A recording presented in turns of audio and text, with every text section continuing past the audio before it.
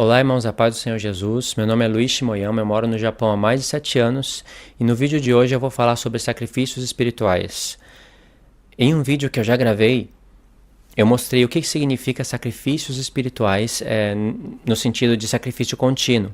Eu expliquei sobre Daniel 9, 7 passos, e mostrei o que significa sacrifício contínuo, tanto na Antiga Aliança como na Nova Aliança.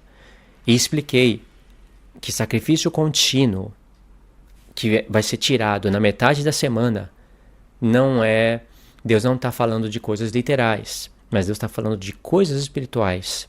E mostrei que é a besta que vai fazer cessar a pregação do Evangelho. Basicamente, eu expliquei que sacrifício contínuo era realizado tardes e manhãs, e isso tem a ver com a menorá, tem a ver com o altar de ouro, e que na Nova Aliança, passando pelos salmos, pelas palavras dos profetas, pelas palavras do Espírito Santo, o Espírito Santo, através dos profetas, nos revelam que isso significa a pregação do Evangelho, nossa oração, pregação de Jesus Cristo, conversão dos irmãos. Mostrei tudo isso. E tudo isso vai ser tirado pela besta. Mas eu não falei sobre Pedro. No final do vídeo, eu prometi que ia fazer um vídeo falando de Pedro, como Pedro entendia essas coisas.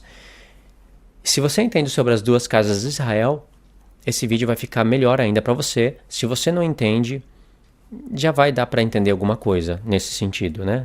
1 Pedro, capítulo 2, diz o seguinte: deixando, pois, toda malícia, todo engano e fingimentos e invejas e toda maledicência, desejai como meninos recém-nascidos o puro leite espiritual, a fim de que por ele possais crescerdes para a salvação.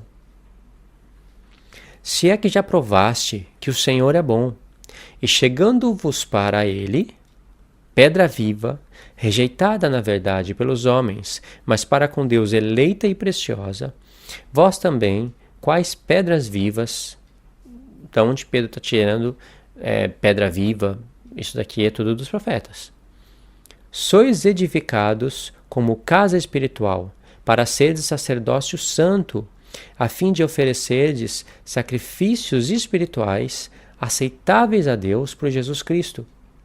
Até aqui. Parece que não tem nada aqui nesse verso, né? Presta atenção. É um judeu da antiga aliança que passou a transição das alianças, estava na antiga aliança e ele vivenciou a troca das alianças nesse tempo. É um judeu falando isso. Vós também, escrevendo para os gentios, quais pedras vivas sois edificados, casa espiritual. 1.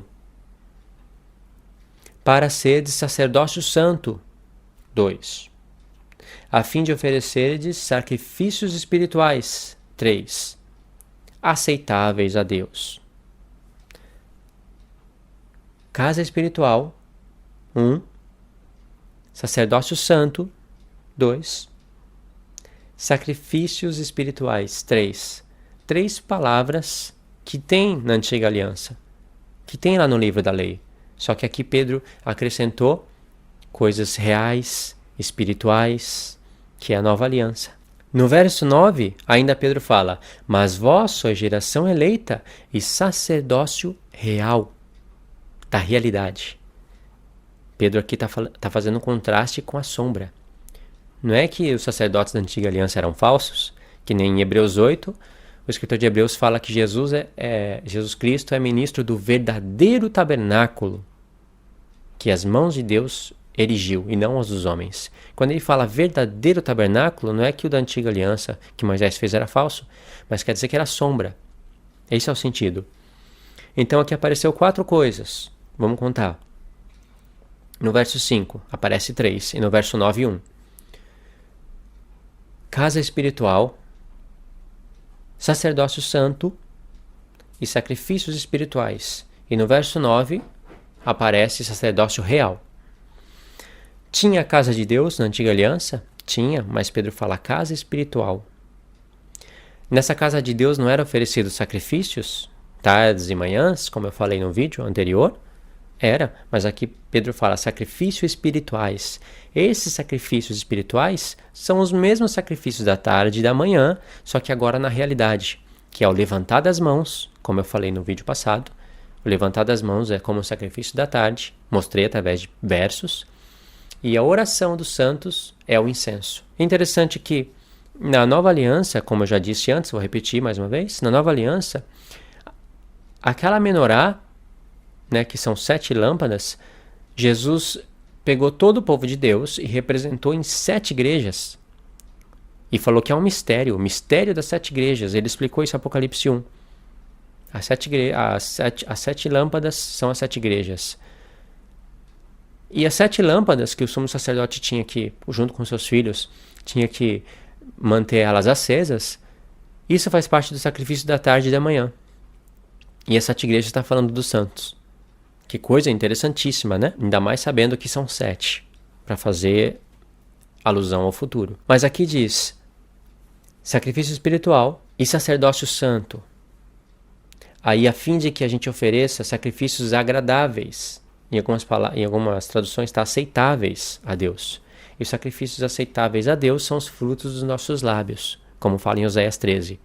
Deus vai receber das mãos de Israel sacrifícios, não boi, não carneiro, mas fruto dos lábios, que é sacrifício da tarde e da manhã. E aí Pedro fala, por isso, no verso 6, na Escritura se diz, eis que ponho em Sião uma principal pedra angular, eleita e preciosa. A quem nela crê não será confundido. Pegou um texto de Isaías. E assim para vós, os que credes, é preciosidade, mas para os descrentes, a pedra que os edificadores rejeitaram, esta foi posta como a principal pedra da esquina, e como uma pedra de tropeço e rocha de escândalo, para os que tropeçam na palavra, sendo desobedientes, para os que também foram destinados. Aqui os calvinistas fazem uma festa com esse verso. Foram destinados, Deus destinou pessoas que iriam ser santas, que iriam ser convertidas a Deus.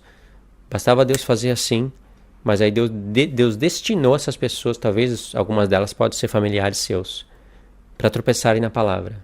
Né? É assim que a mentalidade deles, né? Estúpida a mentalidade. Mas vós sois geração eleita. Pedro falando de eleição. Da onde? Você já parou para pensar? Eu nunca falei isso num vídeo meu. Você já parou para pensar da onde que eles tiraram?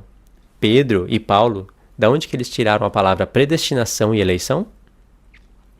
Em que texto da Escritura? Você já viu algum calvinista fazendo uma conexão com o passado? Com as palavras dos profetas? Porque sacerdócio real...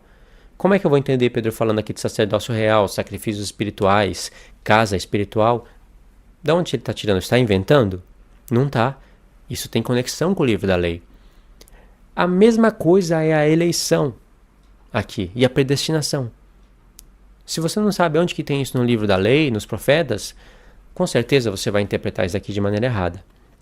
Mas voltando no foco do vídeo, mas vós sois geração eleita e sacerdócio real, realidade, e nação santa e povo adquirido, para que anuncieis as grandezas daquele que vos chamou das trevas para a sua maravilhosa luz. Esse texto aqui, esse verso 9, foi retirado de Êxodo 19, quando Deus fala para Moisés, poxa, essa parte eu não vou explicar, tá? Só vou deixar aí no ar para você pegar isso depois. Moisés fala, se vocês ouvirem a minha voz e guardarem a minha aliança, todos vocês, não falou só para Levi, para os filhos de Arão, todos vocês me serão um reino de sacerdote. Mas a condição era que se eles ouvissem a voz de Deus e a aliança de Deus. Qual voz e qual aliança é essa? Logo no contexto, Deus fala para eles lavarem as suas vestes e se santificarem no primeiro e no segundo dia, porque no terceiro dia Deus desceria do céu e falaria a sua aliança, os seus mandamentos com a sua voz. Não foi através de Moisés isso. Esses 10 mandamentos teria que parar no coração e na mente do povo. Esses 10 mandamentos, quando ele é estudado, comparado mandamento com mandamento, e contextualizado, tipo, por que Deus falou com a sua voz esses mandamentos se não foi por intermédio de Moisés? Por que foi parar em tábuas de pedra e não no coração do homem? Na nova aliança, Deus fala de escrever no coração do homem, mas na antiga aliança foi parar em tábuas de pedra. Por que foi parar numa arca da aliança? Por que a arca da aliança foi parar dentro de um local onde era separado por um véu? Quando você entende tudo isso, você está entendendo os 10 mandamentos. E os 10 mandamentos colocados na mente do homem faz uma reprogramação mental, né? Uma reprogramação mental na mente do homem, cuja mente reprogramada muda todas as atitudes do corpo e faz você entender os mistérios de Deus da antiga aliança. É um conjunto de informações que está nos 10 mandamentos. Não é só gravar os 10 mandamentos e sair repetindo eles. E a condição para Israel se tornar um reino de sacerdote era ouvir a voz de Deus e a aliança. Mas a voz de Deus foi parar em coração duro como pedra, acabou sendo a aliança de Deus, mas em pedra, dentro de uma arca da aliança, onde por cima se fazia propiciação pelos pecados. Se você assistiu o meu vídeo Tabernáculo do Testemunho, eu vou explicar passo a passo sobre isso. E Pedro pegou aquilo lá no passado e está aplicando aqui na nova aliança. Vocês são o sacerdote real. Sacerdotes reais. Praticamente Pedro está falando, vocês têm os mandamentos de Deus gravados na mente, cujos mandamentos na mente, no coração, isso quer dizer, sendo entendido, muda todas as atitudes do corpo, fazendo que o nosso corpo produza boas obras para a salvação. Mas para isso tem que ter uma luta, porque o pecado ainda habita em nós.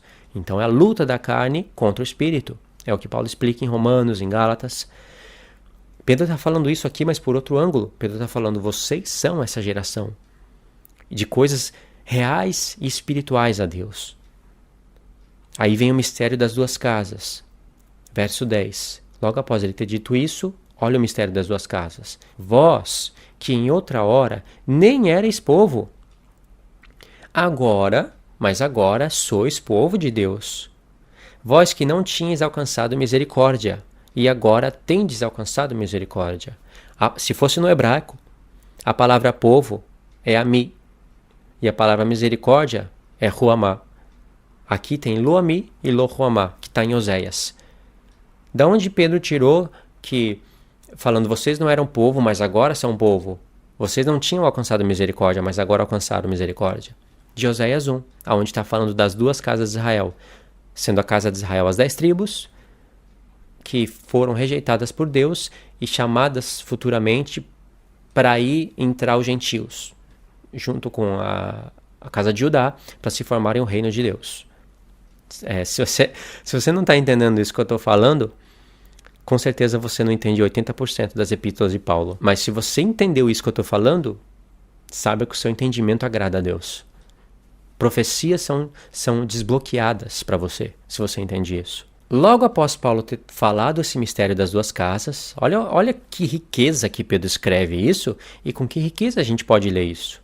Amados, exorto-vos como a peregrinos e forasteiros, que vos abstenhais das concupiscências da carne, as quais combatem contra a alma, tendo o vosso procedimento correto entre os gentios, para que naquilo em que fala mal de vós, como de malfeitores, observando as vossas boas obras, não falou observando a vossa fé, poderia ter falado observado a vossa fé, mas fé sem obras é fé morta. Observando as vossas boas obras, glorifiquem a Deus no dia da visitação. Você viu como que eu falei? Está tudo conectado com isso? Boas obras, elas só podem serem, eu não sei se eu vou conseguir tirar essas palavras agora, elas só podem serem manifestadas quando há um Espírito Santo no homem, e esse Espírito Santo escreve os mandamentos de Deus na mente do homem. Os mandamentos de Deus sendo escritos na sua mente não é um passe de mágica. Deus vai fazer uma pessoa que que roubava não rouba mais, que matava não mata mais, que dava falso testemunho não dá mais falso testemunho, que cobiçava não cobiça mais, e isso é uma luta constante. Quando eu tenho a oportunidade de cobiçar e não cobiço, porque eu luto contra isso, é o Espírito de Deus em mim. E quando eu estou fazendo isso, eu estou agindo por fé, porque eu tenho fé que se fazendo isso, eu vou estar andando no caminho de Deus. caminhando para a vida eterna. Mas se eu tenho a oportunidade de cobiçar e sempre vivo na cobiça, eu estou entristecendo o Espírito Santo e a minha fé não é verdadeira. É claro que há um tempo de transição para cada pessoa. Se você pecar e se arrepender, Jesus está como sumo sacerdote. A partir de 1844, Jesus está como sumo sacerdote. É que em 1844 Jesus não estava no Santo dos Santos. No tempo de Estevão, Jesus entrou. Aí Jesus entrou no Santo dos Santos, porque lá é o lugar mais sagrado, né, onde está o trono de Deus. E aí ele ficou em pé à destra de Deus, mas ele não pôde nem sentar. Ele ficou em pé, depois que Estevão morreu. Aí o pai teve que falar, agora pode se retirar daqui, né? Você vai ficar lá no segundo compartimento e em 1844 você volta. Mas pai, eu tenho que agir como sumo sacerdote. E o Salmo 110? Eu tenho que estar à sua destra, até que os inimigos sejam... Vai. Mas pai, o Salmo... Fora. Mas pai, o Salmo 110... 1844, você volta. Aí é que eu tenho que falar isso, porque... Incrível a mentalidade dos adventistas. E aí você vê... Os 10 mandamentos na nossa mente faz uma reprogramação mental na nossa mente se a gente atenta para os 10 mandamentos com o contexto do livro da lei. Sabendo de tudo isso, a gente começa uma luta contra a nossa carne. E Pedro fala aqui, ó. Tendo o vosso procedimento, ou um pouquinho antes, amado, exorto-vos como a peregrinos e forasteiros, que Pedro sabe que nós vamos alcançar uma Jerusalém celestial, que vos abstenhais das concupiscências da carne, já que uma vez que o Espírito Santo está na gente. Ele tirou o verso de Êxodo 19, lembra que ele extraiu a revelação de Êxodo 19? As quais combatem contra a alma, tendo o vosso procedimento correto dentre os gentios. Mas Pedro não escreveu para os gentios? Como é que ele fala para os gentios terem os seus procedimentos corretos dentre os gentios? Não. Pedro escreveu para pessoas que eram das nações, mas que entrando na aliança eterna, fazem parte do Israel de Deus unificado, Efraim e Judá juntos, que é o tabernáculo de Davi que se levantou das suas ruínas, formando o Israel de Deus. Agora sim, fazendo parte dessa aliança eterna, você que era pagão, idólatra, fazendo parte das nações, sendo enxertado em Israel, você não é mais gentil. Você era gentil. Os gentios agora são as nações, as quais nós somos chamados para falar as grandezas de Deus para eles crerem e virem para o verdadeiro Israel de Deus, para fazerem parte do sacerdócio real. Entendeu? Então, toda essa riqueza está aqui, sempre teve aqui. Se a gente não enxergou tudo isso, foi porque a gente não dava atenção devida ao livro da lei, às promessas de Deus feitas a Abraão, Isaac e Jacó, a história de Israel. Foi por isso que a gente não entende isso daqui. E tem muito mais.